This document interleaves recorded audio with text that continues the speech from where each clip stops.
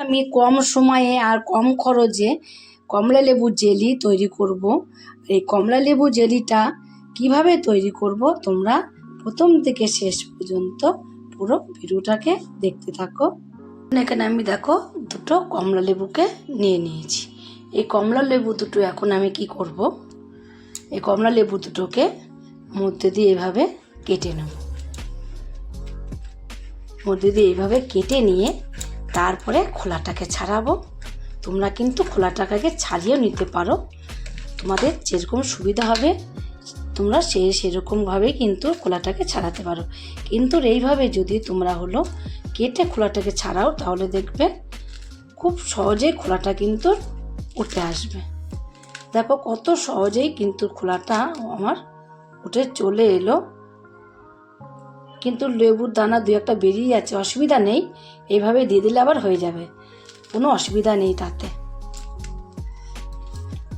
আমি এটাকে রস করব, লেবুর দানা খুলে আসলেও কোনো তাতে অসুবিধা হবে না।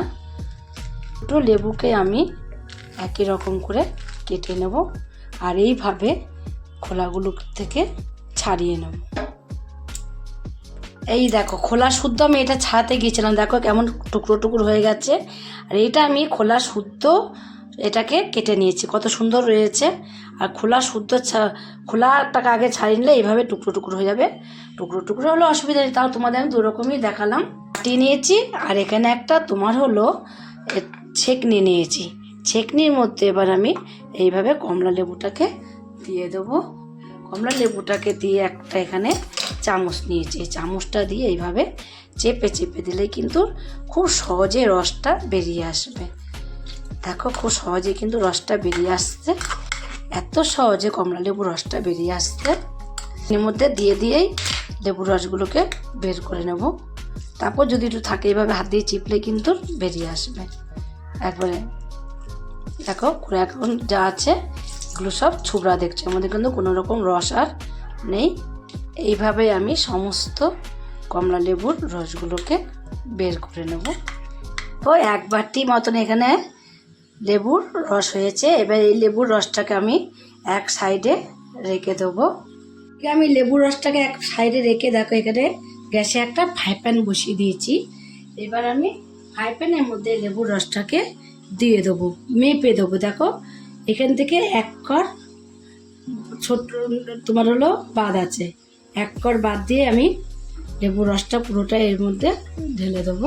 দেখো যতটা আমি এখানে লেবুর রস দিয়েছি সেই বাটি মেপে কিনে ততটাই এখানের মধ্যে আমি চিনি দিয়ে দিয়েছি। তো লেবুর রস দিয়েছি, বাটিটা ভিজা ছিল, তার জন্য চিনিগুলোকে একটু হাত দিয়ে কাচিয়ে দিয়ে দেবো। এবার চিনিটাকে দিয়ে সমানে কন্টিনিউ নাড়তে থাকবো। আমি চিনির মধ্যে নকুনদানা রেখে দিই বলে একটা নকুনদানা এর মধ্যে পড়ে গেছে, ও কোনো ব্যাপার না, এর সাথে একদম মেল্ট হয়ে গলে যাবে। আর গ্যাসটাকে কিন্তু লো ফ্লেমে রেখে দিতে হবে, একদম কমিয়ে রেখে দিতে হবে। কমিয়ে কমিয়ে এটাকে জাল দিতে হবে আর এইভাবে কন্টিনিউ নাড়তে হবে। ঘন হয়ে যাবে আর কি, ভারী বা ঘন হয়ে যাবে, তখন কিন্তু এটা ভার হয়ে যাবে, নাড়তে নাড়তে বোঝা যাবে। আর বেশি হাই ফ্লেমে কিন্তু এটা আমি নাড়বো না, তাহলে কিন্তু একদম ক্যারামেল হয়ে যাবে। তার জন্য গ্যাসটাকে কমিয়ে দিয়েই আস্তে আস্তে করে নাড়তে থাকবো। এখন কিন্তু তোমাদের আমি কিছুক্ষণ পরেই দেখাচ্ছি। আর লো ফ্লেমে কিন্তু আমি এটা জাল দিচ্ছি। জাল দিতে দিতে দেখো এখন কিন্তু অনেকটাই একটু গাঢ় হয়ে গেছে। দেখো ফুটতে ফুটতে কত সুন্দর একটা কালার চলে এসেছে।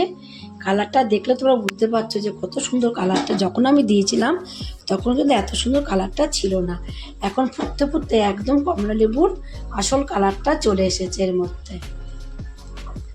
এর মধ্যে কিন্তু কোনো ফুড কালার বা কোনো কিছু কিন্তু এর মধ্যে আমি মিশাইনি, তাই কত সুন্দর কালার চলে এসেছে।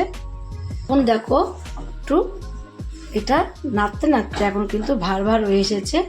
হ্যাঁ, ভার ভার হলে বুঝতে পারবে। আর এটা দেখো হাত দিয়ে দেখবে একটু চিটচিটে হবে না, হালকা একটু হবে, একবারে চিটচিটে ভাব আসবে না, এটা হালকা একটু হবে। আর নাড়তে নাড়তে তোমরা দেখবে যে যখন একটুখানি মিশ্রণটা ঘন হয়ে যাবে তখন কিন্তু দেখলেই বোঝা যাবে। আগের থেকে দেখো এখন অনেকটাই ঘন হয়ে গেছে, তোমরা দেখলেই বুঝতে পারছো। এরকম ক্যাচালের মধ্যে নিয়ে এবার এটাকে আমি নামিয়ে নেব। নামিয়ে আর কিন্তু গাঢ় করব না, আর ফোটাবো না, ফোটালে কিন্তু এরপরে জেলি হয়ে যাবে। কাচের বয়ম নিয়েছি, এখানে কাচের বয়মের ঢাকনাটাকে আমি খুলে নিয়েছি। ঢাকনাটাকে খুলে নিয়ে এই অবস্থায় আমি এরকম হাতার মধ্যে তুলে এই বয়মের মধ্যে, কাচের বয়মের মধ্যে দিতে হবে। কাচের বয়মটার মধ্যে আমি দিয়ে দেবো। এখন কিন্তু কোনো রকম নাড়া যাবে না। আর একটু ঠান্ডা হলে তারপরে তোমাদের আমি দেখাবো যে জেলিটা কেমন হয়েছে। দেখো আমি এখানে কাচের বয়মে এক বয়ম এখানে ভর্তি হয়ে গেছে। এখন একটু আছে, এটাকে এক সাইডে রেখে দেবো।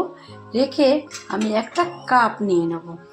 একটা কাপের মধ্যে এটাকে পুরোটা যেটুকানি আছে ওইটা পুরোটাকে কাচিয়ে কাপের মধ্যে এখন দিয়ে দেবো। দিয়ে তারপরে একদম ঠান্ডা করে নেব। ঠান্ডা না হলে তোমাদের আমি দেখাচ্ছি না, ঠান্ডা করেই তোমাদের আমি দেখাচ্ছি। পাউরুটি দিয়ে তোমরা খেতে পারো, সকালবেলা ব্রেকফাস্টে তোমরা এটাকে কিন্তু খেতে পারো। এইভাবেই আমি রেখে দেবো ঢাকা দিয়ে। ঢাকনাটা কেমন দেবো, পুরো ঢাকা দেবো না, হালকা করে একটু ফাঁকা করে রেখে দিলে কিন্তু খুব তাড়াতাড়ি দেখবে ঠান্ডা হয়ে যাবে। তোমার চিটচিট কিন্তু লাগেনি। এখন যেই তোমার একটুখানি ঠান্ডা হয়ে আসছে আর হাতের মধ্যে আস্তে আস্তে চিটচিটভাবে ভাব আসছে, চিটচিটে ভাব চলে আসছে আস্তে আস্তে। দেখো আমি কিছুক্ষণ পরে ফিরে এলাম। কিছুক্ষণ পরে ফিরে এসে এবার আমি ঢাকনাটাকে নামিয়ে দেবো। ঢাকনাটা কিছুক্ষণ কি তাও 1 ঘন্টা পরে এলাম। আর বেশি পাতলা আর বেশি গাঢ়, একদম পাতলাও না একদম গাঢ় না, অনেকে দেখবে চাপ চাপ তোলে, সেটা না ভালো লাগতে চায় না। আর এটা এখন একটুখানি গরম গরম আছে, যখন আর কি ঠান্ডা হয়ে যাবে তখন কিন্তু একটু চাপ হয়ে যাবে। দেখো তোমরা দেখলে বুঝতে পারছো কীরকম হয়ে আছে এটা। এখানে আমি একটা পাউরুটি নিয়েছি, পাউরুটিটাকে আগে মধ্যে দিয়ে কেটে নেব। গোটা পাউরুটিটাকে আমি কেটে নিয়েছি, তোমরা থাকলে কিন্তু সিলাক্সটাও নিতে পারো। দেখো আমি কীরকম জেলিটা করেছি তোমরা দেখো। এই জেলিটা কিন্তু খেতে বেশি ভালো লাগে। দেখো পাউরুটির মধ্যে লাগালেই কিন্তু লেগে যাবে খুব সহজেই। আর বেশি গাঢ় যদি হয় একদম চাপ চাপ সেটা কিন্তু তোমরা করে নিতে পারো। আর একটুখানি জাল দিলেই কিন্তু সেই চাপটা হয়ে যাবে। আর চাপটা কাপের থেকেও নিয়ে দেখিয়ে দিচ্ছি। দেখো কাপ থেকে নিয়ে দেখো কেমন জেলিটা হয়েছে। জেলিটা এত সুন্দর হয়েছে, তোমরা এইভাবে একদিন বাড়িতে জেলি তৈরি করে খেয়ে দেখো। যদি রেসিপিটা তৈরি করে তোমাদের কাছে ভালো লাগে, তোমরা যদি ফেসবুক থেকে দেখো ফেসবুকের পেজটি ফলো করে দেবে। যদি ইউটিউব থেকে দেখো ইউটিউবের চ্যানেলটি সাবস্ক্রাইব করে দেবে। পাশে থাকা বেল আইকনটিটা প্রেস করতে ভুলবে না, তাহলে নতুন নতুন রেসিপিগুলো তোমাদের কাছে তাড়াতাড়ি পৌঁছে যাবে। আমার চ্যানেল যখন তুমি বন্ধু থাকো, সাবস্ক্রাইব করোনি প্লিজ সাবস্ক্রাইবটা করে দেবে। সবার আগে তোমাদের কাছে নোটিফিকেশন ঢুকে যাবে। ছোট্ট করে লাইক করো, কমেন্ট করো, অনেক অনেক শেয়ার করো। নমস্কার বন্ধুরা, দেখা হবে আবার পরের রেসিপিতে।